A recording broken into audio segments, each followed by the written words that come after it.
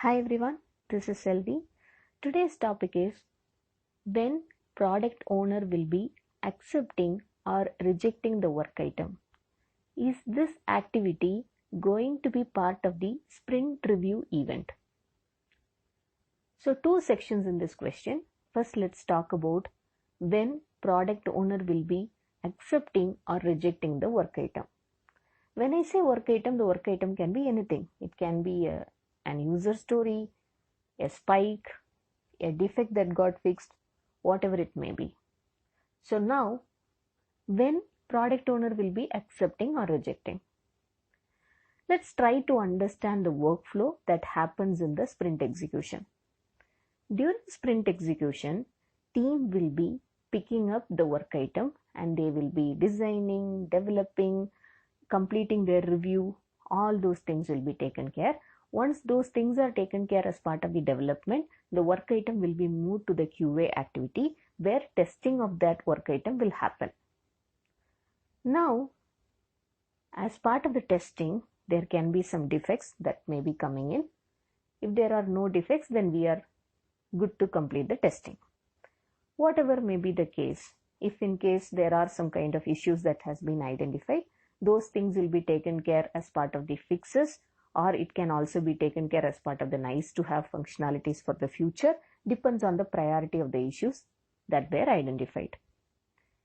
If in case there are no issues, we are good to complete the testing. Let's consider we are good to complete the testing. Now, QA has completed all the test cases or the test scripts or the test scenarios they have taken into picture for this particular testing activity, and all those acceptance test cases have been passed now.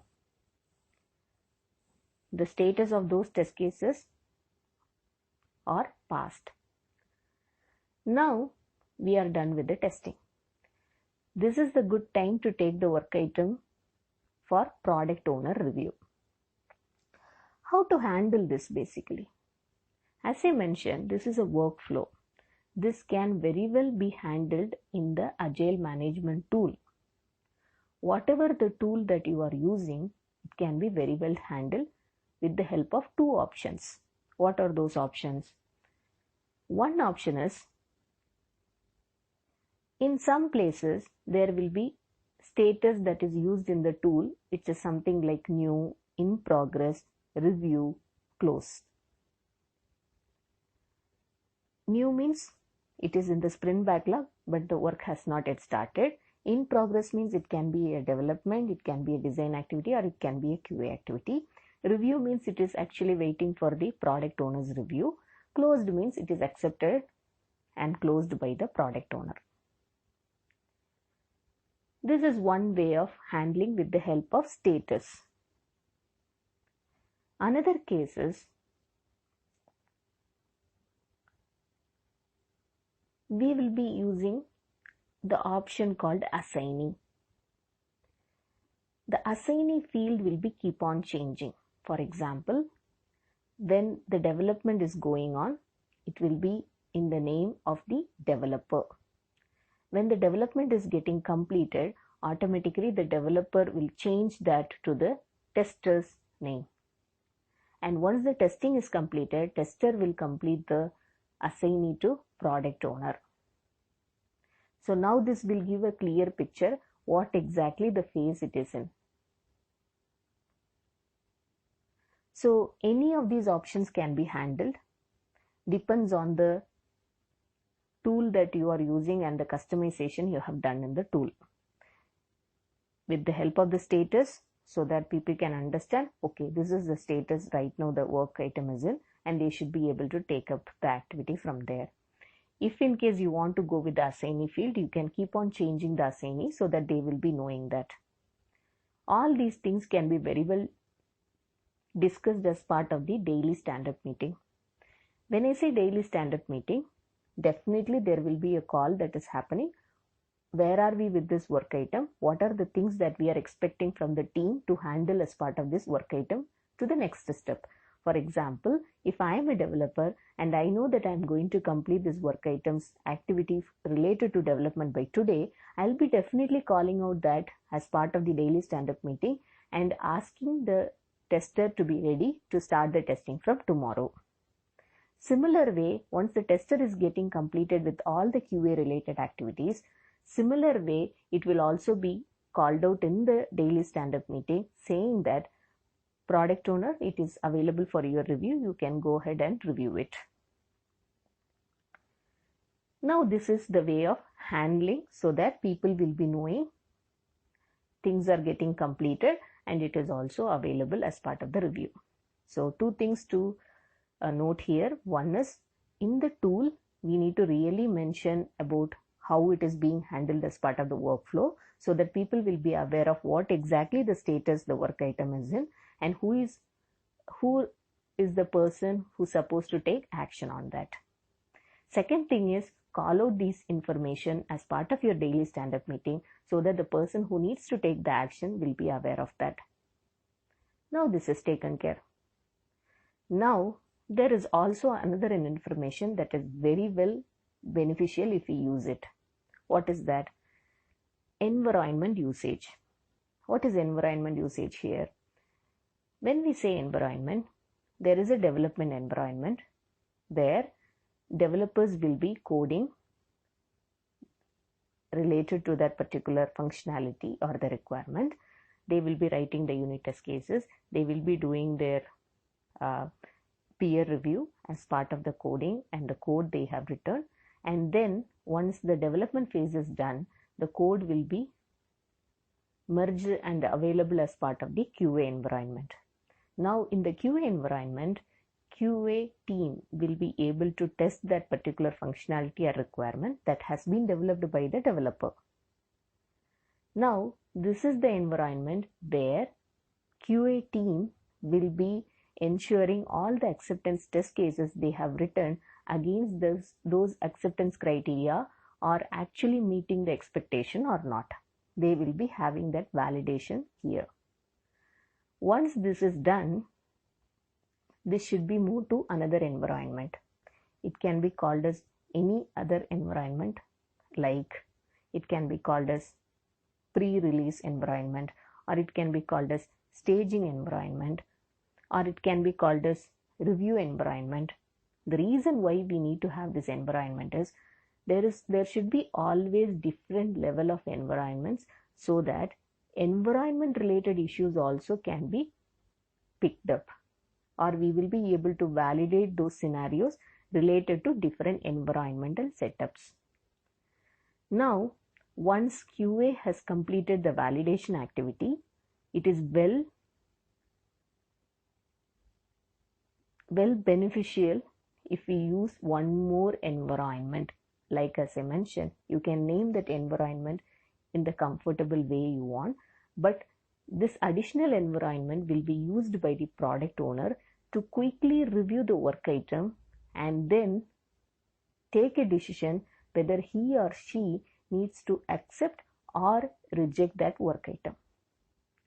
In some places, we also can see product owner will be using the QA environment to accept or reject the work item. That should also be okay. But additional environment will give us that kind of additional benefit that we are also ensuring one more environment other than the QA environment to check if any additional issues can come up because of this environmental and the infrastructure related issues. And additional advantage of having this environment is once the product owner is comfortable with that particular requirement or functionality, he or she can share that environment and also mention to the product management team or other stakeholders to inform that there is a requirement or functionality that is available in this environment, so they can use and also they can review that. So this is a sanitized environment which will also be helpful for us to get the feedback from other stakeholders as well. So now we talked about development, we talked about QA, and we also talked about review from PO's end. But in the question, I mentioned about sprint review event. Why we need to mention about sprint review event when we are talking about acceptance or rejection of a user story or work item by the product owner? Because mostly we try to confuse with the activity, that is the review activity by the product owner. It generally happens in the sprint review. That's what the confusion is all about. That's why I just want to make that as well clear. Sprint review is meant for a different purpose. We already discussed about sprint review in our previous episode, but I just want to quickly talk about that as well. Sprint review has majorly two important goals. One is inspect the work item or work items, or inspect the goal that we have completed in the sprint to the stakeholders. Inspect the sprint goal or the work items that we have completed with the stakeholders, which means demonstrate what we have completed, that is the working product, so that stakeholders can get the feel, okay, whether it is according to the expectation or something else need to be taken care in that. That is the part of inspect. What is adapt? Adapt means we are planning our future sprints. We are planning certain work items that we need to take care as part of the future sprint. But we need to ensure whether that those items are according to the priority or not. That's point number one. And point number two is whether those work items are really required or not. We have planned it. Product owner wants to ensure, hey, these are the work items I have planned according to the priority and according to the need. These are the things I am feeling that upcoming sprints we need to take care with. But are you people aligned with this or not? So now, if there are some changes coming in, and if there are some call out coming in the way like these requirements are no more valid, or these requirements are completely invalid right now, and these are some of the things we want to introduce now, or there can also be some kind of feedback from the working product what we have shown. All these changes and all these feedback items we need to adapt as part of our future sprint. This is the second important goal of the sprint review meeting. Sprint review meeting is not to accept or reject the work item by the product owner. It should not be happening in that way. It should happen as part of your sprint execution activity. It should be happening as part of your workflow that you have customized as part of your tool that you are using. It should not be happening in the sprint review event. And also, practically speaking, when we will be planning the sprint review event will be happening generally on the last day of the sprint.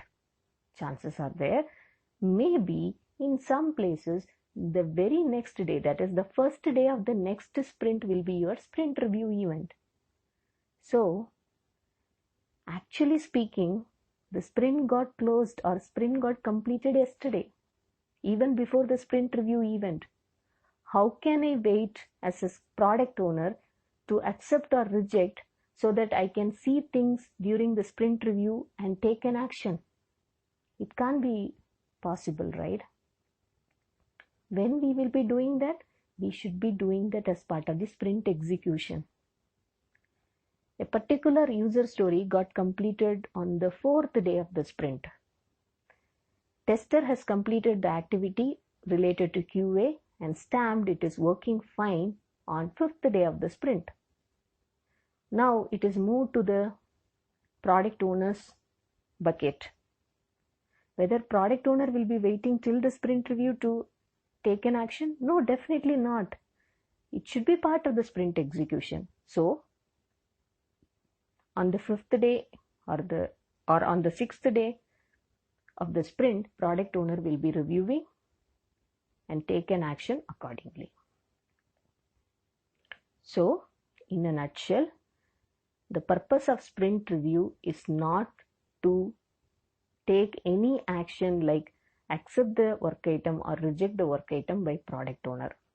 Product owner should be accepting or rejecting the work item during the sprint execution. And it should be handled as part of the workflow that you have customized in your tool, and it should also be called out as part of the daily stand-up meeting so that team is aware of what are the actions that they need to take care of. I think this episode would have helped many of you in understanding when product owner will be accepting or rejecting the work item, whether this activity has any relation with the sprint review event also. I think this episode would have helped in clearing the information. Thank you everyone for listening. Happy learning and stay tuned.